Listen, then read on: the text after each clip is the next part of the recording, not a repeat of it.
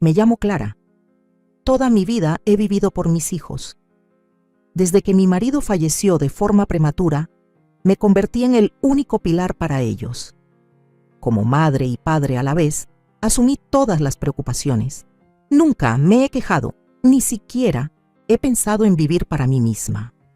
Solo deseaba que, al envejecer, pudiera estar rodeada de mis hijos y nietos, en un hogar cálido, con risas y comidas abundantes. Pero la vida a veces no se parece a esas cosas que silenciosamente esperamos. Un día mi hijo mayor, Alejandro, me propuso hacer un viaje. Me dijo que quería darme una sorpresa, que quería que tuviéramos tiempo a solas, madre e hijo. Me alegré hasta las lágrimas.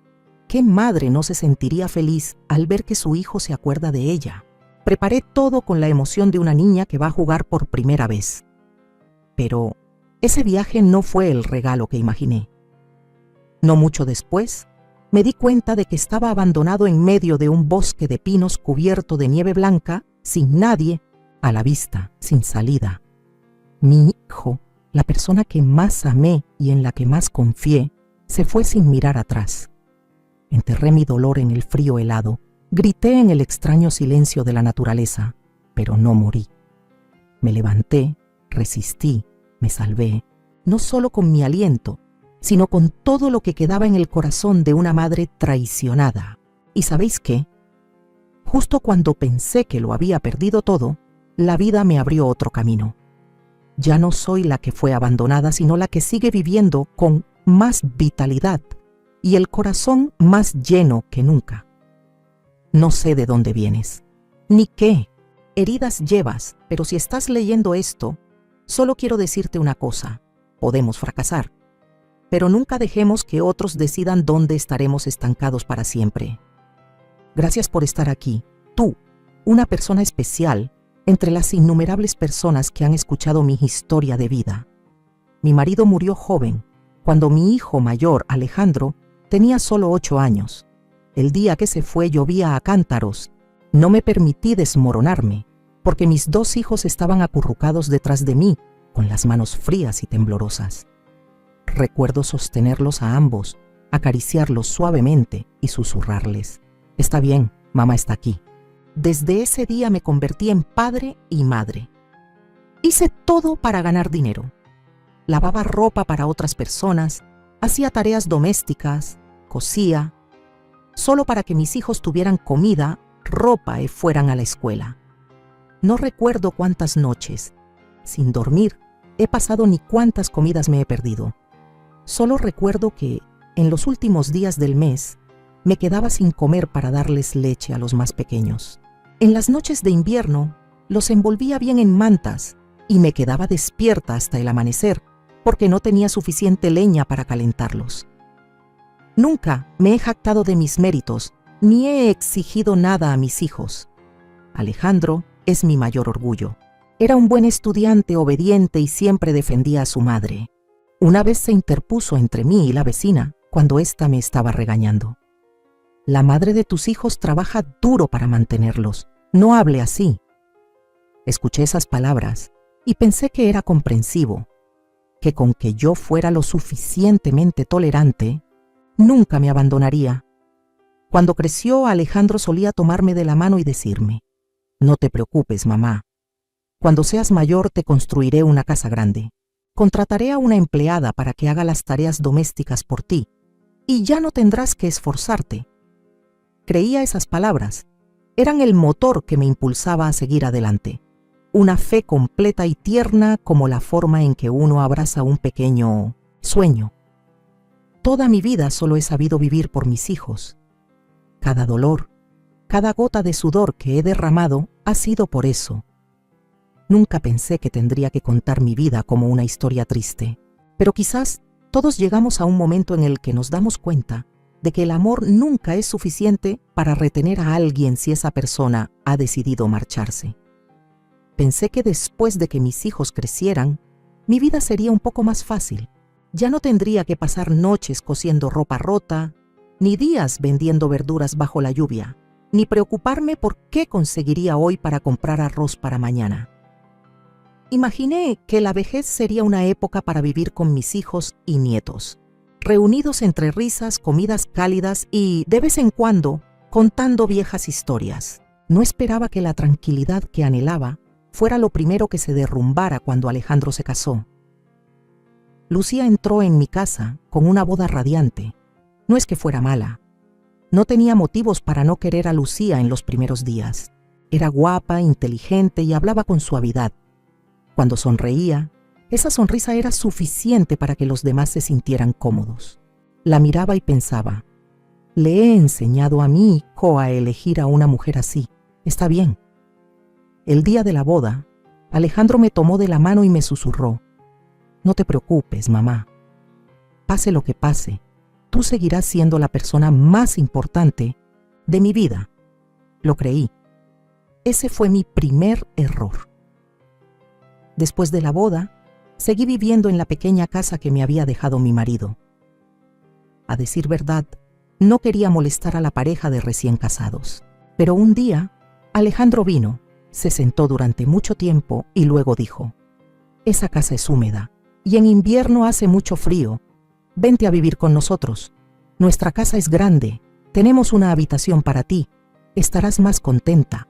Sentí que mi corazón se calentaba.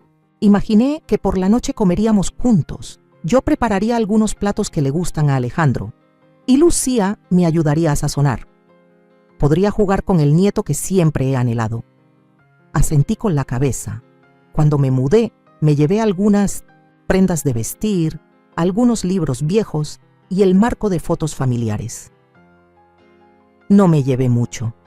Siempre pensé que mi presencia era suficiente. Al principio intenté encajar. Cada mañana me levantaba temprano para cocinar y limpiar, sin esperar a que nadie me lo pidiera. Pensaba, si lo hago bien, Lucía se sentirá más cómoda. Pero empezó a mostrar pequeñas señales que me inquietaban. Por ejemplo, entraba en la cocina justo después de que yo terminaba de cocinar y sazonaba todo ella misma. Y cuando comíamos, Lucía siempre decía, hoy está demasiado salado, seguro que alguien le ha puesto demasiada sal. Al principio me reía, luego dejé de reír. Una vez, le llevé comida a Alejandro, un guiso de pescado que le encantaba, y oí a Lucía hablando, por teléfono con una amiga. Imagínate viviendo con mi suegra, cada día es como vivir en la misma casa con una cámara viva. Ni siquiera me atrevo a reír a carcajadas, me quedé paralizada. El plato de pescado se enfrió en mis manos, lo bajé y lo tiré. Me dije, bueno, seguro que está cansada. Empecé a encerrarme en mí misma, no interfería, no preguntaba, no tocaba nada de lo suyo si no era necesario. Limpiaba en silencio, lavaba mi ropa por separado, comía sola cuando los dos salían. Cada vez que oía las risas de los jóvenes en el salón, subía a mi habitación y cerraba la puerta. Pensaba que así sería más fácil para todos, pero no. Las cosas no se detuvieron ahí. Lucía empezó a fijarse en cada detalle. Un día abrió el frigorífico, vio la fiambrera que había guardado para mí y se rió diciendo, deberías ponerle tu nombre, no vayas a hacer que alguien se equivoque y se enfade. Asentí con la cabeza y dije, sí, lo haré. Pegué mi nombre a una fiambrera con cinta adhesiva, como una niña que marca su comida. Mientras lo pegaba, me temblaban las manos. No sabía si era por el frío o por la humillación. Alejandro últimamente habla poco. Cada vez que intento conversar solo dice sí, claro, por compromiso. A veces le pregunto si se acuerda de la sopa de cuando era pequeño y solo dice, ahora mis gustos son diferentes, no me hagas los platos de antes. Cada vez que dice eso, siento que me estoy convirtiendo en una extraña en el corazón de mi propio hijo. No culpo a Lucía, pero me culpo a mí misma por creer que el amor entre madre e hijo es algo inmutable. Un día, escuché una conversación que no debería haber escuchado. Lucía le dijo a Alejandro con voz tranquila, no quiero seguir viviendo así para siempre. Siento que tu madre aquí me asfixia. Necesito una casa para mi familia, donde no haya nadie que se entrometa. No me siento cómoda, Alejandro. Y si sigues dejando que las cosas sigan así, quizás me replanteé este matrimonio. Alejandro se quedó en silencio durante mucho tiempo. Yo estaba afuera, con el corazón a punto de estallar.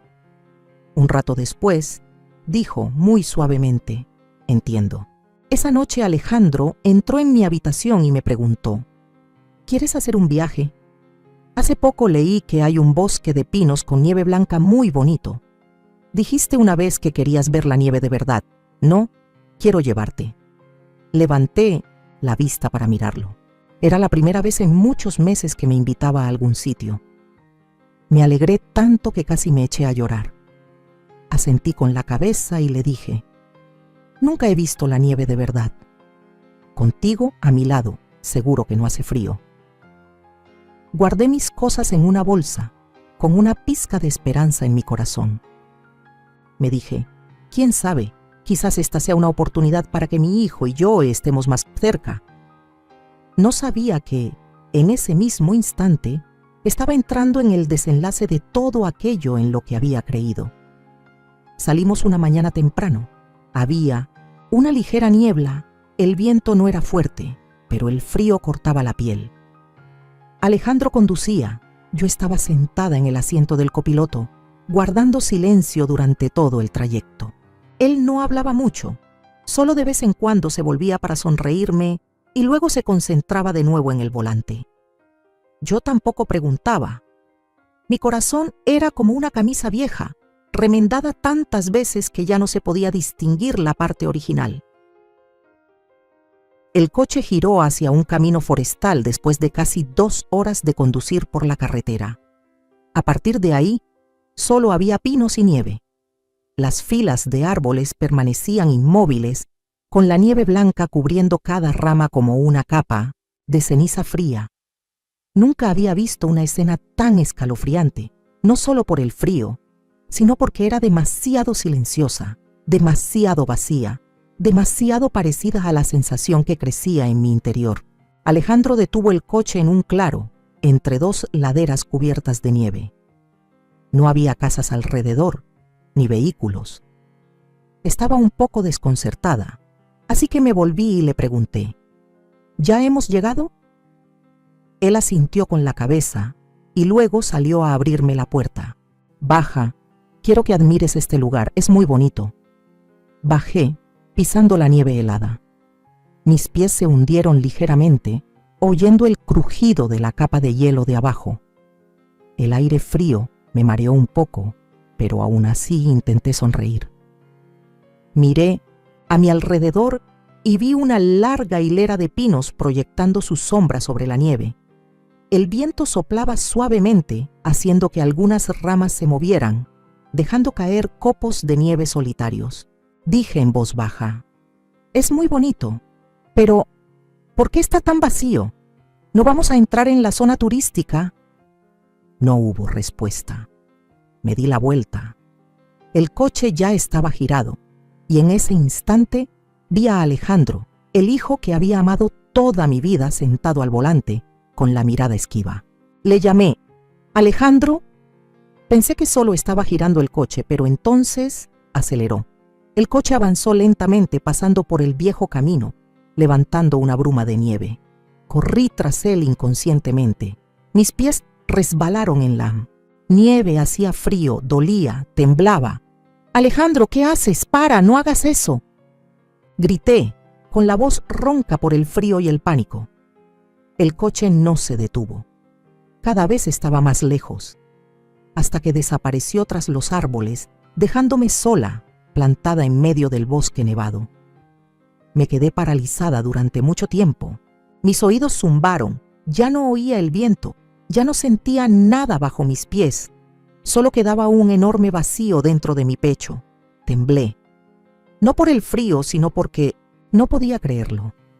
Alejandro me había abandonado allí, un lugar sin regreso, sin cobertura telefónica, sin gente alrededor, nada más que la muerte que se acercaba. Me senté, con la nieve hasta las rodillas. Respiré con dificultad. Luego eché a llorar. No sé cuánto tiempo lloré. Apoyé la cabeza en las rodillas, dejando que la nieve cubriera poco a poco mis hombros, mi pelo, incluso la fe que había alimentado toda mi vida. Pensé que iba a morir allí. Nadie lo sabría, nadie me buscaría, nadie se acordaría. Cuando el sol se puso hacia el oeste, empecé a sentir que el entumecimiento se convertía en dolor. Apenas sentía la punta de los dedos. Tenía que levantarme. No quería morir. Al menos, no de esta manera. Empecé a arrastrar los pies. Donde fuera. Solo con no quedarme quieta. Los pinos se sucedían en fila. Cuanto más me adentraba, más gruesa era la nieve y más fuerte el viento. Me tambaleaba como una persona desorientada. A veces me caía boca abajo, con la cara metida en la espesa capa de nieve. Quería tumbarme. Pero entonces la imagen apareció en mi cabeza, la cara de Alejandro cuando era pequeño, la primera vez que aprendió a andar agarrándose a mis piernas, sonriendo radiantemente. Me levanté tambaleándome. Mis manos estaban tan frías que no podía sentir que la nieve se derretía en mi piel. Vi un tronco podrido. Me senté a descansar un rato. Mis manos temblorosas buscaron en el bolsillo de mi abrigo, esperando encontrar algo. Solo había un trozo de pañuelo de papel y un pequeño paquete de azúcar, algo que siempre llevo en el bolso para evitar la hipoglucemia. Abrí el paquete de azúcar y lo vertí sobre mi lengua. El sabor dulce se disolvió rápidamente, pero no fue suficiente para mantener el calor. La luz se desvaneció. Sabía que, si no encontraba un refugio, no pasaría de esta noche. Seguí caminando. Cada paso era un esfuerzo. No sabía a dónde iba, solo caminaba. Caminaba para vivir. Caminaba para no morir en la postura de haber sido abandonada. No sé cuánto tiempo estuve caminando.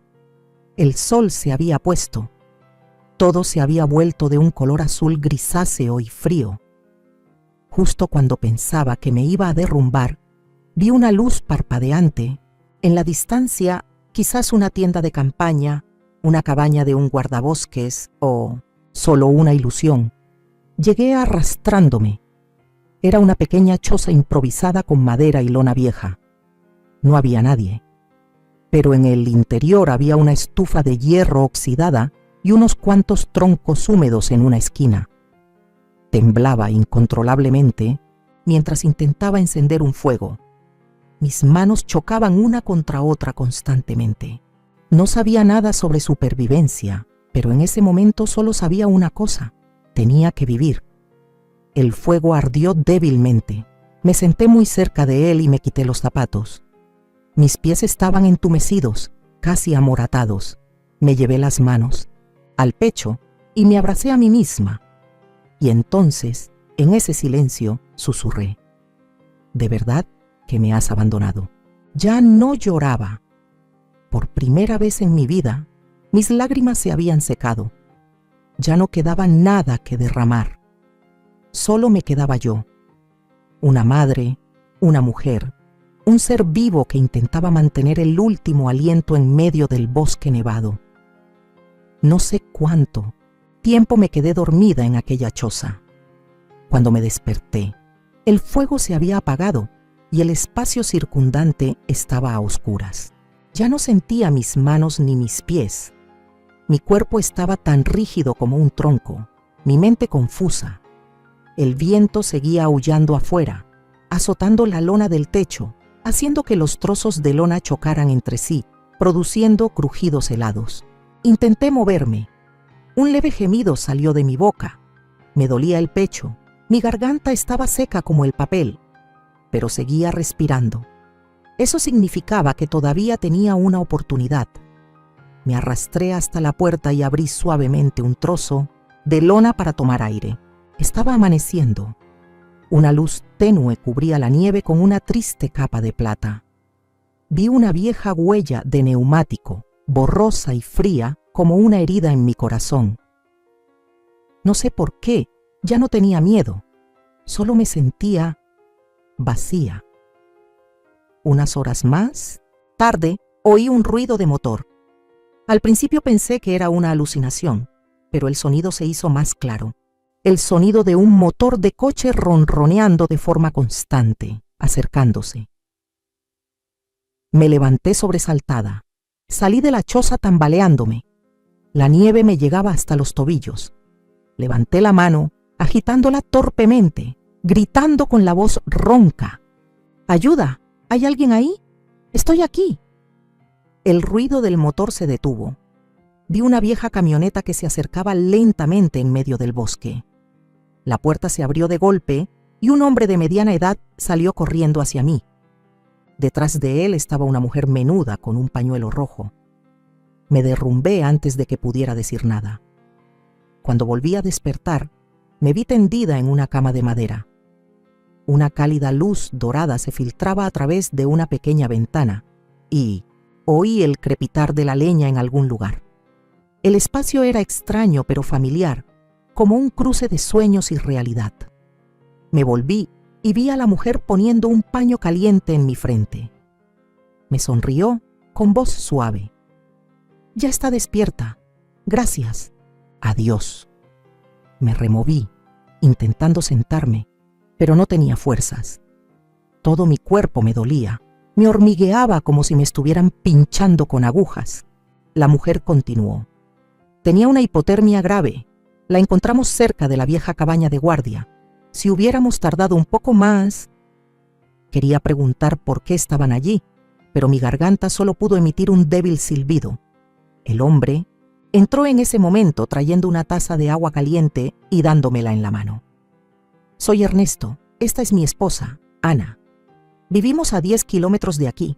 Vamos a revisar la vieja carretera forestal todos los meses, porque antes trabajábamos como guardabosques. Menos mal que hoy nos tocaba, si no...». Tomé un sorbo de agua. Mis ojos se nublaron, no por el dolor, sino porque era la primera vez en muchos años que alguien me llamaba señora, sin ningún tipo de evasión o molestia. Lloré, muy suavemente. Solo 2 lágrimas corrían por mis mejillas arrugadas, silenciosas como mi propia vida. Me quedé en su casa durante 10 días. Una pequeña casa de madera, sencilla, pero extrañamente acogedora. Ana cocinaba, cuidándome con cada cucharada de sopa. Ernesto preparaba té, hablando cada tarde como 2 viejos amigos contando historias del pasado. Nadie me preguntó por qué estaba en el bosque nevado. Nadie me interrogó sobre de dónde venía o qué había pasado. Solo estaban allí, lo suficientemente cerca para que sintiera que no estaba sola, lo suficientemente lejos para que tuviera un momento de silencio sin sentirme asfixiada. Poco a poco me fui recuperando. La grieta de mi corazón también empezó a curarse, aunque en el fondo todavía dolía. Una noche, mientras estaba sentada en silencio junto al fuego, Ana se acercó y me dio un cuaderno y un bolígrafo. La oí hablar en sueños. Parece que lleva muchos recuerdos consigo. Escriba. Se sentirá más aliviada. Tomé el bolígrafo y abrí la primera página. Me temblaba la mano, pero las primeras letras aparecieron, sin torpeza, fluyeron, como si llevara esa historia en mi corazón durante mucho tiempo, esperando un lugar para liberarla. Escribí sobre la nieve, sobre la noche fría, sobre el coche que desapareció. No escribí el nombre de mi hijo. No quería convertirlo en un enemigo. Pero escribí sobre la mujer que había sido madre, que se había sacrificado, que había confiado y que había sido abandonada en medio del hielo. Ana leyó el primer borrador y se quedó callada. Me abrazó, apretándome suavemente. «Ernesto», dijo, «si hay alguien que necesite leer esto, son los ancianos que viven en silencio como usted solía vivir. Debería compartirlo». Así que empecé a contar la historia a mis nuevos amigos del pequeño pueblo. Los ancianos solitarios se sentaban a escucharme leer, con los ojos brillando. Asentían con la cabeza, sonreían y algunos lloraban. No sé en qué momento mi risa empezó a volver. No era fuerte ni resonante, pero era real. como un pequeño copo de nieve derritiéndose en la mano, frágil pero real. Todavía recuerdo aquella noche de nieve. Nunca olvidaré la mirada de mi hijo cuando giró el coche y se marchó. Pero ya no vivo con resentimiento. Fui la que fue abandonada, ahora soy la que se queda. Elijo quedarme con los que saben escuchar. Elijo vivir con bondad, sin condiciones. No necesito que nadie me devuelva el favor. No necesito que nadie se disculpe. Me necesito a mí misma. Y me he encontrado a mí misma entre las cenizas de una vida que pensaba que ya no valía la pena vivir. Después de escribir las primeras líneas en el cuaderno que me dio Ana, no pude parar.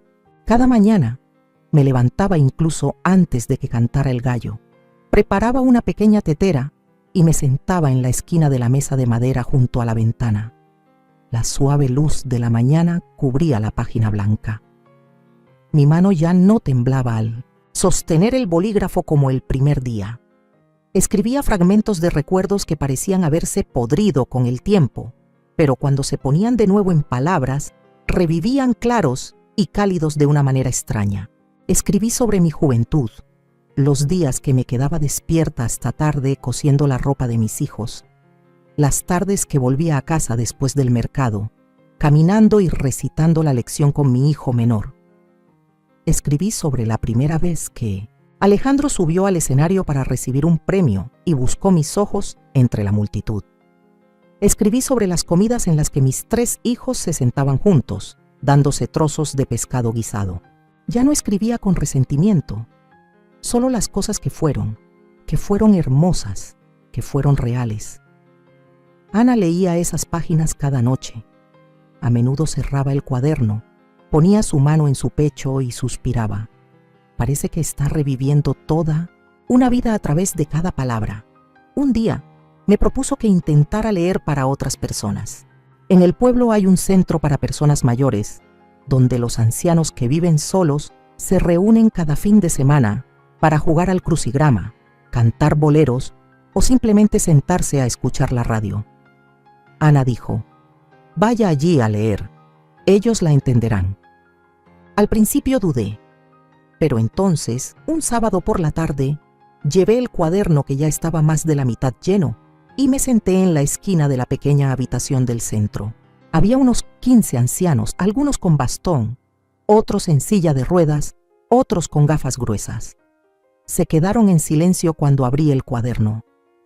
Nadie me pidió que contara nada, pero cuando empecé, nadie apartó la mirada. Leí como si estuviera hablándole a mi yo de hace muchos años.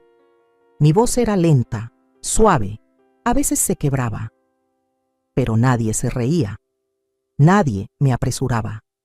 Solo una silenciosa empatía, ojos llorosos, una leve afirmación. Alguien susurró después de la primera lectura. Pensé que era la única que había sido abandonada. Después de eso, cada semana volví. No solo contaba historias tristes, también escribía cosas pequeñas y hermosas, como el olor del pastel horneado que se extendía por la casa los domingos por la mañana, los pasos de mi hijo en la noche, Fría corriendo a abrazarme porque había tenido una pesadilla, o la primera vez que vi la nieve, cuando ya no era un sueño, sino una realidad amarga y reveladora. Una mañana, el director del centro, un hombre silencioso pero sensible, me hizo una propuesta. «Señora Clara, creo que debería organizar una sesión para compartir oficialmente. No solo aquí, hay más gente mayor en la región de la que cree, viviendo en silencio y deseando que la escuchen. No solo escribe bien, sino que está curando». Me quedé en silencio durante mucho tiempo. Luego asentí con la cabeza. Yo, la mujer que pensaba que la vejez era el momento en que solo debía encerrarme en la cocina, ahora subía a un pequeño escenario, con un micrófono temblando ligeramente en mi mano, mirando a rostros extraños pero familiares. Yo contaba historias, ellos escuchaban, y después de cada sesión como esa, recibía pequeñas cartas, algunas líneas escritas a mano, algunas firmadas solo como una anciana de 75 años que ha sido rechazada por su hija. Otras escribían: Lo dijo por mí, gracias. Por primera vez en mi vida, sentí que tenía una voz, no para pedir lástima, sino para tocar a las personas que habían pensado que ya no merecía la pena ser escuchadas. Un día Ana me miró, con los ojos radiantes y profundos. Clara, no sabe a cuántas personas está encendiendo una llama. Tiene una habilidad muy rara. Hace que la gente recuerde que una vez tuvieron un corazón cálido. No sabía qué responder. Solo sonreí. Una sonrisa real, no forzada, no tímida. He vivido más de la mitad de mi vida solo para ser madre.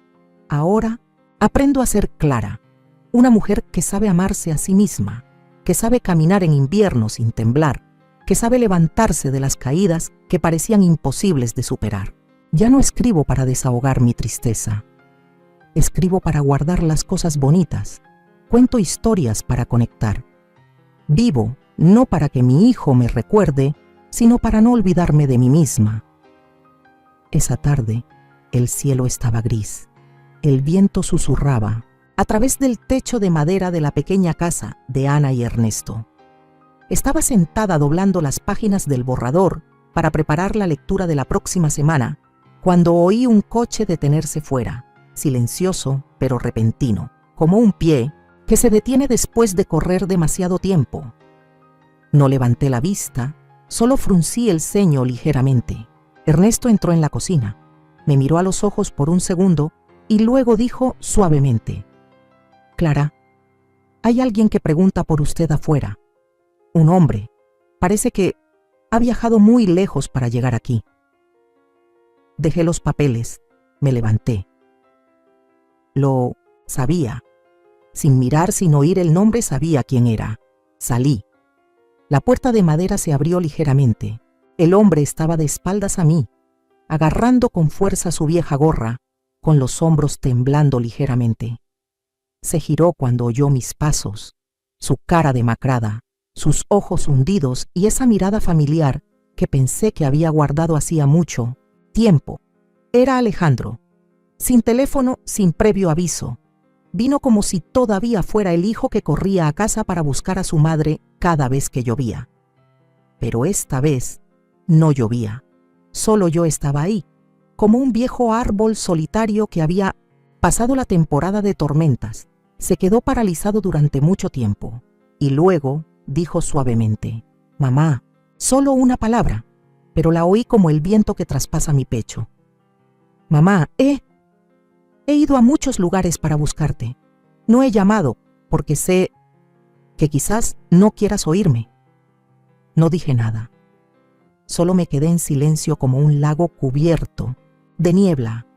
Ya no había lágrimas, ya no me ahogaba, solo una tranquilidad aterradora. Alejandro dio unos pasos hacia mí. Sus ojos empezaron a enrojecer. Mamá, perdóname. Sé que no me lo merezco, pero mamá, no puedo seguir viviendo si no me inclino ante ti una vez. Lo miré. Un hombre adulto llorando como un niño, pero no corrí a abrazarlo, no le acaricié el pelo, no le dije: no pasa nada, mamá está aquí. Había muerto en la nieve, y eso fue lo que me impidió ser tan blanda como antes. Ya que has venido, entra en la casa, dije. Mi voz era grave, no fría, pero ya no era cálida. Pero no prometo decir las cosas que quieres oír. Nos sentamos en la pequeña cocina. La ventana estaba entreabierta, el viento entraba suavemente a través de las finas cortinas. Ernesto y Ana salieron en silencio, dejándonos a Elias, mí, madre e hijo, sentados uno frente al otro después de un invierno más largo que cualquier estación. Alejandro apretaba con fuerza la taza de té caliente en su mano. El vapor que se elevaba oscurecía sus ojos. No puedo vivir con el silencio, mamá. Desde ese día, solo veo la imagen de mamá de pie en la nieve. Cada noche, sueño que mamá me llama por mi nombre y luego desaparece. No lo miré. Solo escuché, no porque lo necesitara, sino porque estaba dispuesto a enfrentarme a la situación. Lucía me ha dejado, continuó, suavemente como una confesión. He perdido mi trabajo, mi familia, pero lo que más me duele no es esa pérdida, sino la sensación de que he tirado a la persona que me ha amado incondicionalmente. Suspiré, no con amargura ni con resentimiento, solo un cansancio que hacía demasiado tiempo que no se mencionaba. Alejandro, lo llamé por su nombre, por primera vez en muchos años. ¿Sabes cómo he vivido después de ese día? Me senté sola en medio del bosque nevado, pensando que solo era un objeto viejo, que nadie necesitaba. Le tembló la mano y dejó la taza de té. Soy un hijo. Terrible. Pero mamá, por favor, si queda un lugar en tu corazón, aunque sea pequeño, déjame volver. Me levanté, fui a la ventana. Afuera, la puesta de sol estaba tiñendo de rojo los árboles. Recordé el momento en que estaba sentada encogida en la choza fría, en medio de la nieve, sin saber si iba a sobrevivir. Me volví, dije suavemente, pero cada palabra era tan clara como la nieve cayendo en la noche. No he sobrevivido para que vuelvas a pedir perdón. Vivo porque sé que todavía puedo vivir para mí misma. ¿Quieres que te perdone? Ya te he perdonado. A mí misma, no a ti. No necesito tu perdón para estar tranquilo. Te necesito para volver a aprender a ser persona, dijo Alejandro con la voz quebrada. Aunque no me aceptes, tengo que arrodillarme aquí, porque tú eres mi madre, para siempre. Miré a mi hijo que había estado en mi vientre durante 9 meses, que había aprendido a decir mamá en el patio de la casa, y que ahora estaba arrodillado frente a mí, sufriendo como un alma perdida. Y supe que ya no lo odiaba, pero tampoco podía volver atrás. Puse mi mano suavemente sobre su hombro. Levántate, ya no tienes que arrodillarte, pero no volveré a ser la vieja madre que se olvidó de sí misma por ti. Entonces, ¿qué quieres que haga para compensártelo? Levantó la vista con una mirada desesperada. Sonreí, una sonrisa a la vez triste y ligera. Aprende a ser amable, no conmigo, sino con los que todavía se quedan. No lo eché, pero tampoco lo retuve. Solo abrí la puerta y dejé que el viento entrara, arrastrando las cosas viejas que habían congelado mi corazón. Había perdonado, pero no he olvidado. No acompañé a Alejandro a la puerta. Cuando la puerta se cerró detrás de mí, me quedé quieta durante un largo rato, mirando mis manos, los dedos que habían temblado cuando me acurruqué en la nieve y que ahora sujetaban firmemente una taza de té caliente. Algo en mí se había cerrado de verdad, no con frialdad, sino con madurez. A la mañana siguiente me desperté más temprano que de costumbre. El cielo acababa de amanecer, todavía estaba cubierto de niebla, pero sentí que mi corazón estaba tan ligero como si el invierno por fin hubiera pasado. Me puse delante del espejo, examinando mi cara, cada arruga, cada cana. Ya no era la madre que vivía por sus hijos, ya no era la mujer que había sido abandonada en el bosque nevado. Ahora era Clara, una mujer que estaba empezando una nueva vida, aunque tarde, pero era suya. Empecé a hacer pequeñas cosas, plantar algunos parterres de flores detrás de la casa, preparar té para Ana cada tarde, leerles a los ancianos del centro comunitario.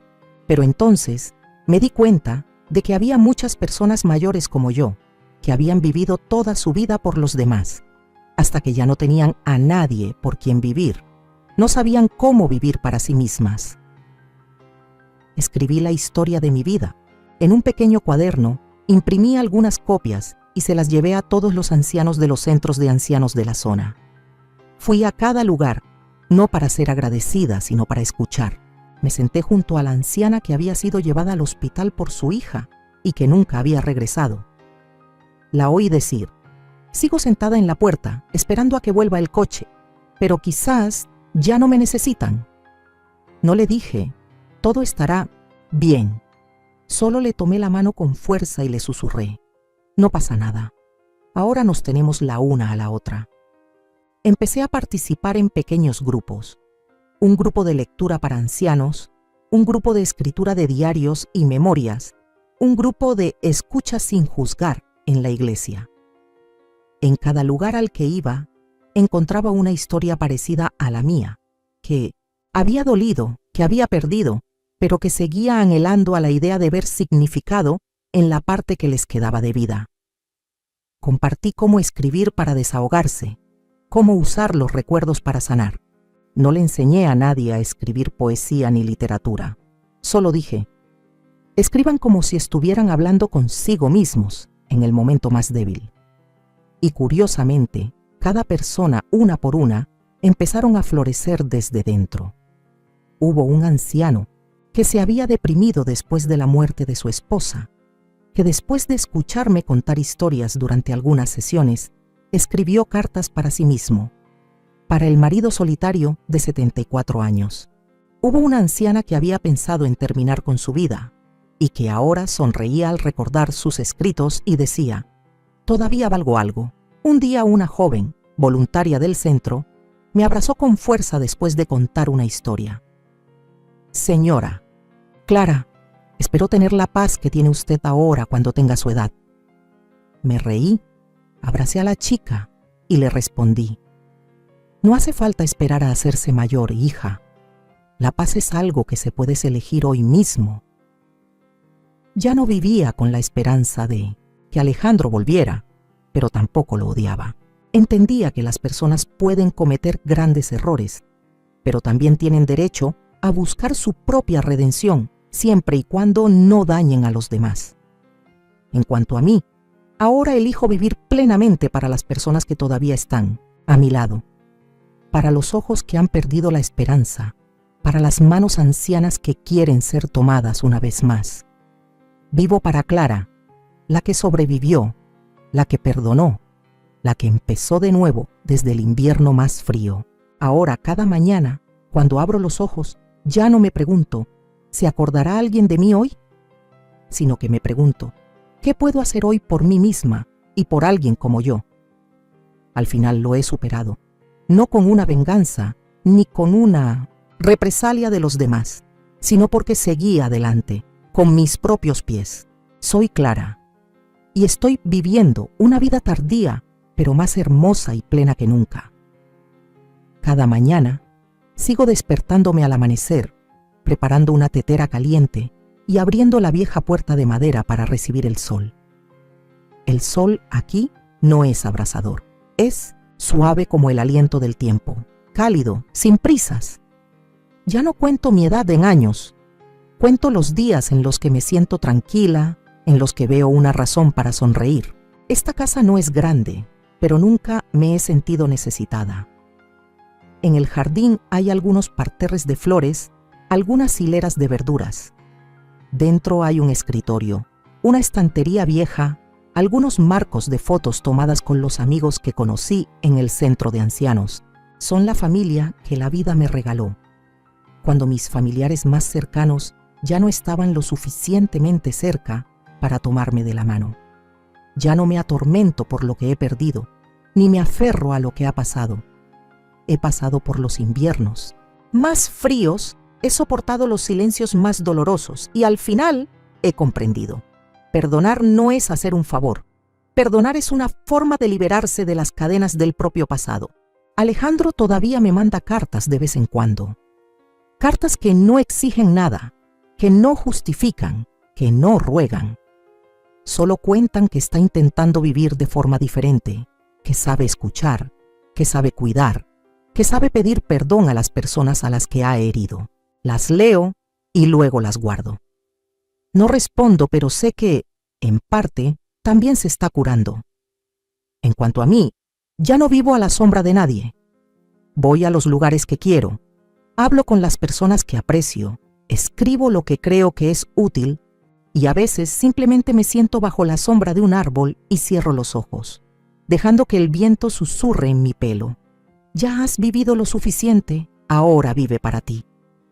Sigo contando historias, no solo para que la gente escuche, sino para que se den cuenta de que cada persona tiene un capítulo de vida que merece la pena escribir. Aunque hayan sido abandonados, hayan estado solos o hayan pensado que ya no valen nada. Enseño algunas clases de escritura para ancianos. No hablamos de buena literatura ni de buena letra. Hablamos de la nostalgia, del perdón y de la razón para seguir viviendo. Cada vez que un anciano se levanta después de la clase, me abraza y me dice: «Señora Clara, ya no me siento invisible. Sé que estoy siguiendo mi camino. No espero un final feliz, porque ya no vivo para esperar nada. Vivo para experimentar, para amar, para agradecer y para compartirlo con aquellos que pensaron que era demasiado tarde para empezar. Ahora soy una anciana tetera, una contadora de historias, una superviviente y, sobre todo, soy una resucitada. Nadie puede rehacer su vida entera, pero cualquiera a cualquier edad puede empezar a partir de hoy. Elijo vivir la parte que me queda de vida así, en paz y con los brazos abiertos. Si hay algo que he aprendido después de todo lo que ha pasado, es que las personas pueden perderlo todo: la familia, el refugio, la fe. Pero si todavía conservan un poco de valor para seguir viviendo, todavía pueden reencontrarse a sí mismas. Pensé que ser madre era el papel más importante de mi vida. Viví para sacrificarme, para amar, para ser paciente, para desear que mis hijos tuvieran todo lo que necesitaran. Olvidé que la madre también es un ser humano, que también tiene un corazón, que tiene límites, que tiene derecho a ser amada correctamente. Consideraba a mis hijos como toda la razón de mi existencia, hasta que me dieron la espalda y me abandonaron en medio de la nieve.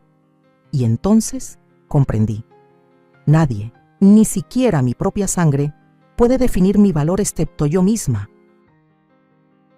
El dolor que experimenté no fue simplemente la traición de un hijo, fue el colapso de toda una vida de fe mal depositada.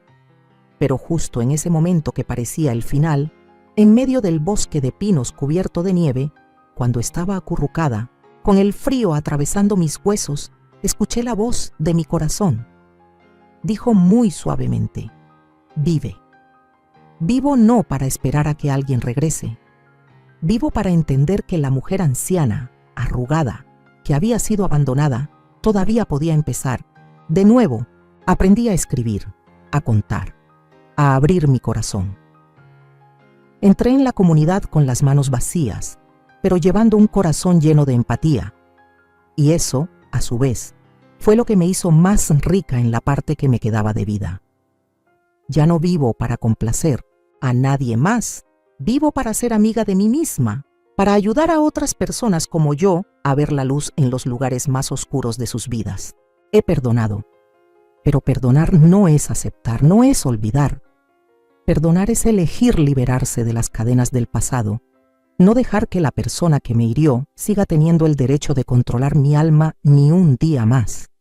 He aprendido a levantarme, pero no para demostrar nada a los demás, sino para mantener mi bondad y mi fe en el valor de mí misma. Para los que estén leyendo esto, si alguna vez han pensado que es demasiado tarde para empezar de nuevo, que no tienen nada en sus manos, que no tienen a nadie a su lado, que no tienen valor, por favor, acuérdense de mí. Una anciana que fue abandonada en la nieve, alguien que pensó que había muerto, pero que vivió y que sigue viviendo más hermosa que nunca. No esperen a que alguien los necesite, los ame, se acuerde de ustedes, para ver que su vida tiene sentido. Vivan de tal manera que sean ustedes mismos quienes se sientan felices al mirarse en el espejo cada mañana. Escuchen la historia que hay en su corazón, escríbanla, cuéntenla o simplemente susúrrenla a ustedes mismos, porque su historia es el regalo que puede salvar a otra persona que está sentada en algún lugar, pensando que ya no tiene nada por lo que vivir. Ya no estoy enfadada con Alejandro. No vivo para exigirle a nadie que me pague una deuda de amor. Vivo porque me quedan muchos días bonitos, muchas personas buenas y muchas razones para agradecer. La vejez no es una estación de declive, es una estación de silencio, donde las cosas más profundas empiezan a florecer. Soy Clara y solo quiero decirles una cosa: vivan para ustedes. Aunque sea tarde, nunca es demasiado tarde. Espero que esta traducción sea de utilidad y mantenga la esencia del texto original.